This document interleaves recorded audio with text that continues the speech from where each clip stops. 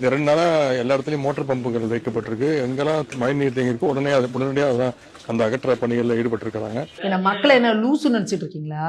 4000 கோடி ஒதுக்கி இருக்கோம், அவ்வளவுதான், இனிமே ஒரு சொட்டு தண்ணி தேங்காது அப்படின்லாம் நீங்க பில்டப்பை கொடுத்துட்டு 100 HP மோட்டார் வைக்கிறதுக்கு தான் 4000 கோடி ரூபாய் நீங்க நிதி ஒதுக்குனீங்களா?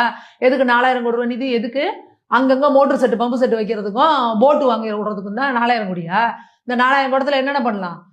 நீங்க எப்ப பார்த்தாலும் இப்ப இதுல வேற இந்த 2-3 நாளா அந்த ஊபிஸுங்க இருக்கானுங்க பாருங்க. ஐயோ, ஆஹா, உதயநிதி பாருங்க, முதல்வர், சின்ன முதல்வர் தூங்கல, நைட்டோட நைட்டா பாக்குறாரு, பகல்லாம் போய் பாக்குறாரு, இங்க போய் பாக்குறாரு, அங்க போய் நிக்கிறாரு. என்ன ஏன் நிக்கிறாரு?